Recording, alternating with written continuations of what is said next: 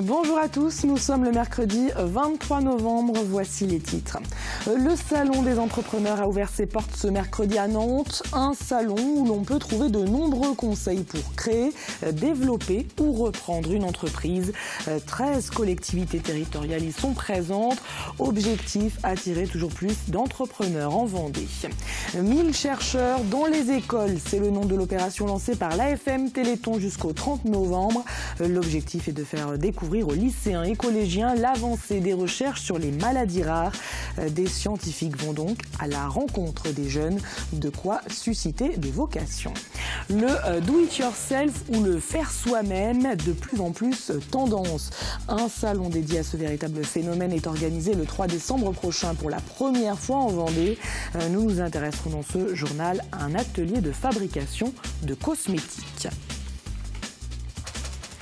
Les créateurs, les repreneurs et les dirigeants d'entreprises sont donc ce mercredi à Nantes. Le Salon des entrepreneurs a ouvert ses portes au Parc des Expositions.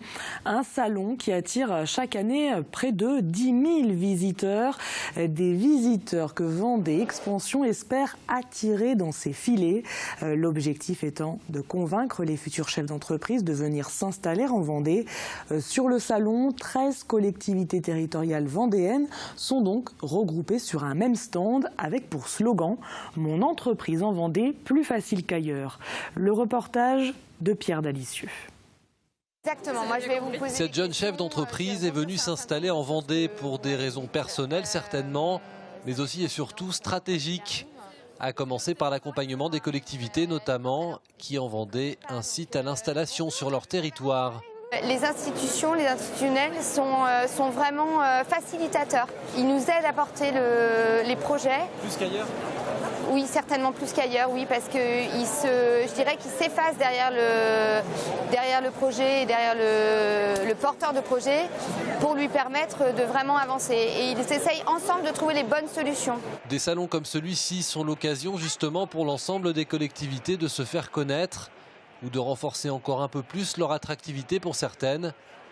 En 2 jours, nombre de chefs d'entreprise vont passer devant ce stand et certains s'y arrêteront. L'objectif aujourd'hui, c'est d'attirer l'attention des porteurs de projets, des créateurs, des repreneurs d'entreprises du Grand Ouest, essentiellement de Nantes et de sa région, pour faire valoir les atouts des territoires vendéens, ce qu'on peut leur apporter en termes d'accompagnement, d'immobilier et de cadre de vie.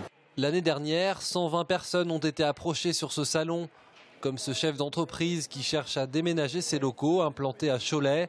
Son objectif, venir poser ses valises et celles de ses employés en Vendée. Pour une raison simple, profiter de la dynamique du département et notamment de son réseau d'entrepreneurs dont il aimerait aujourd'hui faire partie. En Vendée, il y a un bassin industriel qu'il est difficile d'aborder quand on n'est pas dans le département. Je pense que c'est ce qui explique la dynamique de la Vendée. Voilà. Les gens travaillent d'abord entre eux et après vers les autres dans un deuxième temps. L'entraide, la solidarité entre chefs d'entreprise, des mots qui reviennent souvent lorsque l'on parle du bassin économique vendéen, qui fait d'ailleurs souvent office d'exemple au niveau national.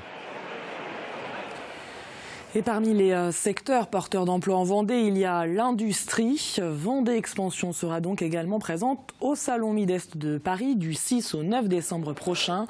20 entreprises vendéennes spécialistes de la sous-traitance industrielle viendront là aussi chasser en meute.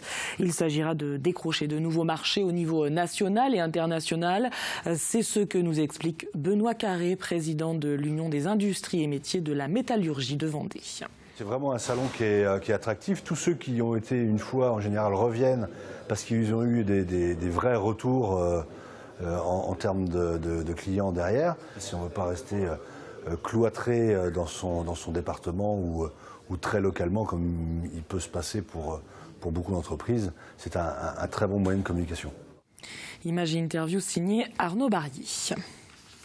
La 2x2 voies, la Roche-sur-Yon, Challans avance. Après des retards de travaux, une portion de la route vient finalement d'ouvrir ce mercredi. Il s'agit de la section Challans-Saint-Christophe-du-Ligneron, une petite portion de 4,5 km qui a été inaugurée, vous le voyez, ce mardi soir. Un nouveau tronçon donc qui rapproche un peu plus les deux villes les plus peuplées de la Vendée, Challans et la Roche-sur-Yon, et qui permet également de renforcer la sécurité. C'est ce que nous explique le maire de Challans, Serge Rondeau. C'est vrai que ce tronçon Challans-Saint-Christophe était compliqué pour les riverains, pour les agriculteurs. Il y avait des heures dans la journée où on ne pouvait plus traverser la route. Au niveau sécurité, hélas, il y a eu quelques accidents par le passé. Et là, vraiment, on a une route sécurisée qui désenclave Challans et tout le nord-ouest vendée, bien au-delà de Challans, bien sûr. Et nous attendons maintenant avec impatience que le dernier tronçon, la Vie Mâchée et la traversée de Saint-Christophe-du-Ligneron se fassent. Mais bon, les décisions sont prises, il n'y a plus que le temps nécessaire à faire avancer le dossier. Et la prochaine section qui ouvrira, ce sera la partie Esnay-la-Vie fin 2018. Par contre, il faudra attendre au moins 5 ans pour que la 2x2 voie entre Esnay et Challans, qui fait 20 km en tout, soit totalement opérationnelle. En bref, le MEDEF Vendée a un nouveau président. Daniel Robin succède à Philippe Bellante. Daniel Robin est directeur de l'activité béton du groupe Érige, anciennement VM Matériaux, une entreprise familiale vendéenne du bâtiment. Daniel Robin sera sur le plateau du débrief d'ailleurs ce vendredi sur votre antenne de TV Vendée. Au chapitre politique, en vue des élections présidentielles, les adhérents du Parti communiste de Vendée sont appelés à voter à partir de jeudi et jusqu'à samedi.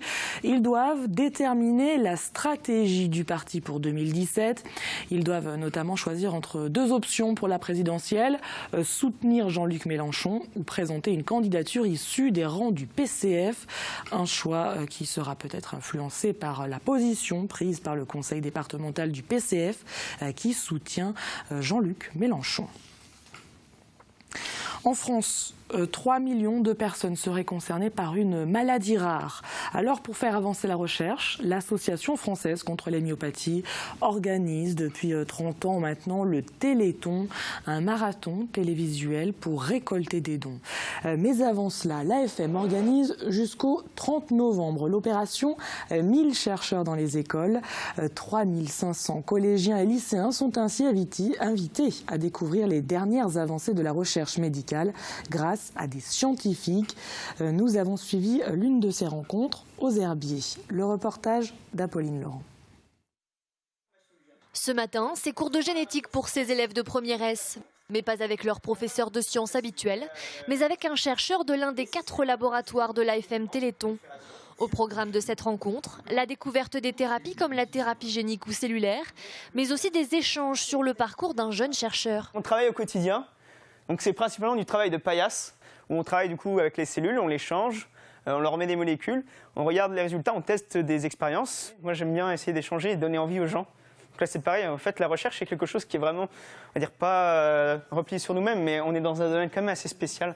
Il y a beaucoup de gens qui ne connaissent pas. Donc du coup ce qui est intéressant c'est vraiment d'essayer de leur donner, leur faire comprendre, leur donner envie pour la recherche peut-être pour certains, mais aussi qu'ils comprennent que la recherche c'est long, que l'argent c'est pas de l'argent mis en l'air. Objectif de la rencontre, sensibiliser à la recherche ces élèves en pleine formation et en pleine interrogation sur leur avenir, mais aussi leur rappeler l'importance de donner chaque année pour le Téléthon. Ils découvrent aussi l'importance de la recherche et l'importance des financements, parce qu'il faut quand même beaucoup d'argent pour la recherche. Et quand on voit qu'il y a à peu près 30 ans, puisque c'est le 30e anniversaire, que l'AFM essaie de financer des programmes de recherche, on se rend compte qu'aujourd'hui, même s'il y a encore beaucoup à faire, l'avancée a été très importante, notamment avec les thérapies géniques et cellulaires. Cette rencontre s'inscrit dans le cadre de l'opération 1000 chercheurs mise en place depuis 4 ans par l'AFM Téléthon et l'association des professeurs de biologie et de géologie. Plus de 35 000 élèves français de la 3e à la terminale auront ainsi l'occasion d'approcher d'un peu plus près ce domaine scientifique. Très intéressant, on voyait qu'il était passionné par ce qu'il fait. Moi ça m'a donné envie, peut-être pour mes études plus tard, de m'orienter dans ce domaine de la recherche. Ça m'a vraiment sensibilisé et puis c'est vraiment, on est allé en profondeur sur le sujet et ça nous a vraiment permis d'apprendre un peu plus ce qu'était la thérapie génique et cellulaire et très intéressant. L'année dernière, l'AFM Téléthon a récolté près de 80 millions d'euros, dont 1,2 million rien qu'en Vendée. Et le Téléthon démarrera officiellement le 3 décembre prochain, mais en Vendée, les bénévoles sont d'ores et déjà mobilisés. Ce week-end, un tremplin musical était organisé au Sables d'Olonne. 10 artistes se sont présentés sur scène face à un jury. Le gagnant, ou plutôt la gagnante, vous la voyez sur ces images, participera au Téléthon à Challans. Il s'agit de Loeva Mardel. Le concours qui s'est déroulé également en présence de 2 actrices de Plus belle la vie. Pour les connaisseurs, Sabrina et Vanessa, qui sont aussi montées sur scène.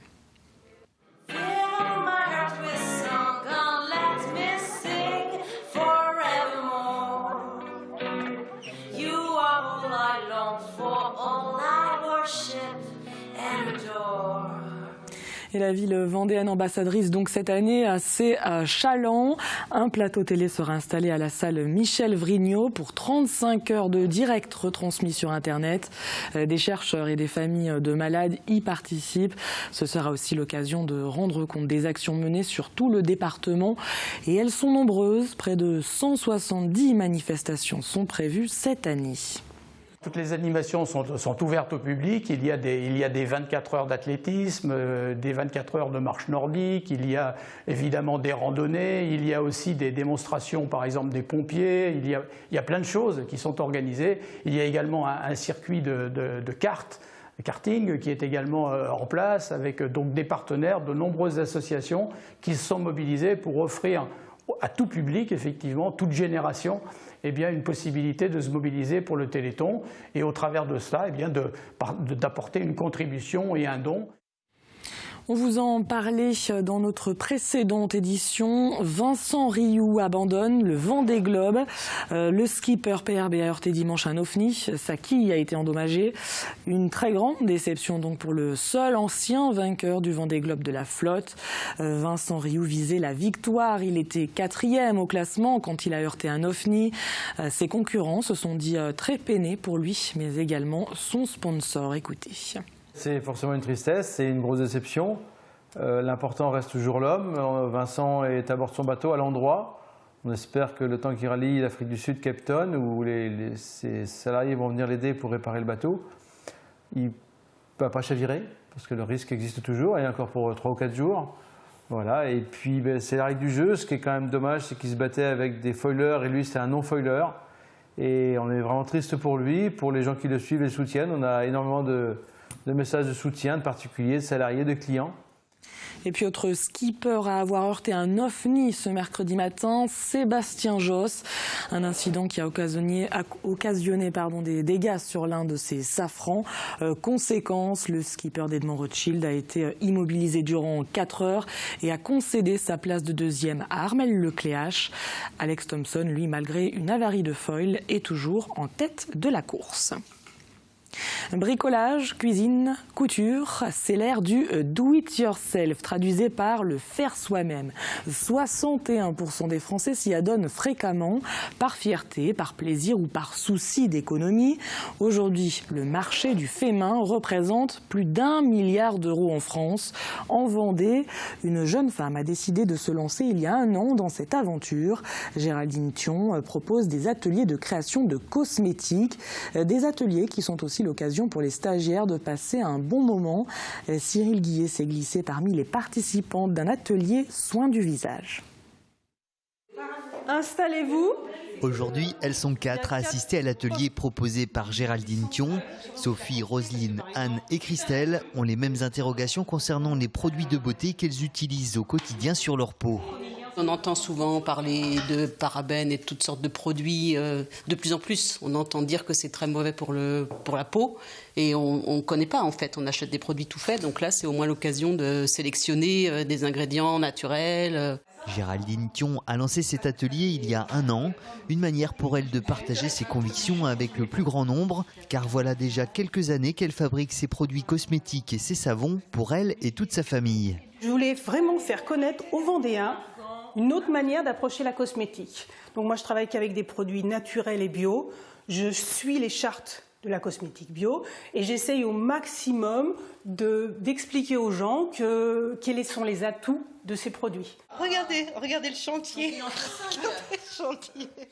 La bonne humeur est au rendez-vous et même si cette rencontre est aussi un moment très convivial, le but est pour ces stagiaires de confectionner 2 soins du visage composés entre autres d'un macérat de carottes bio et de cette plante que vous connaissez sans doute. Aujourd'hui, on va travailler sur l'aloe vera. Alors, certaines personnes le savent, vous prenez un petit morceau d'aloe vera, vous vous êtes fait une piqûre, vous vous êtes un petit peu brûlé, vous frottez, vous avez une petite sève qui sort, vous frottez avec et ça va être un effet cicatrisant.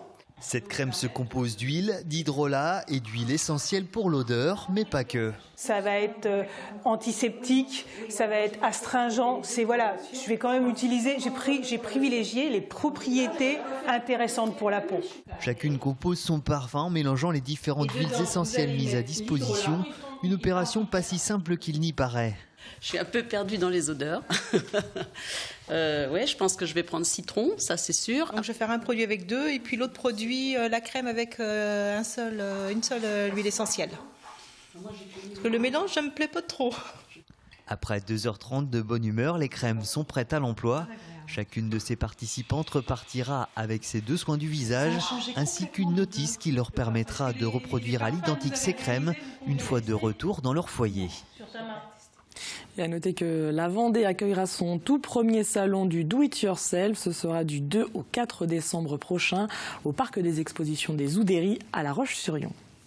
Jetons à présent un coup d'œil aux prévisions météo et elles ne sont pas forcément réjouissantes. Ce jeudi, c'est encore un temps pluvieux qui nous attend et il faudra être patient car le retour du soleil n'est pas annoncé avant dimanche. C'est la fin de cette édition, mais les programmes continuent sur TV Vendée. À suivre les prévisions météo de Fanny Poirier. Et puis ce jeudi dans l'émission Sans détour, on abordera les troubles autistiques. Hervé Leroc sera accompagné d'Estelle Malherbe, la présidente d'Autistes sans frontières 85. Quant à moi, je vous retrouve demain pour de nouvelles informations. Très belle soirée à tous.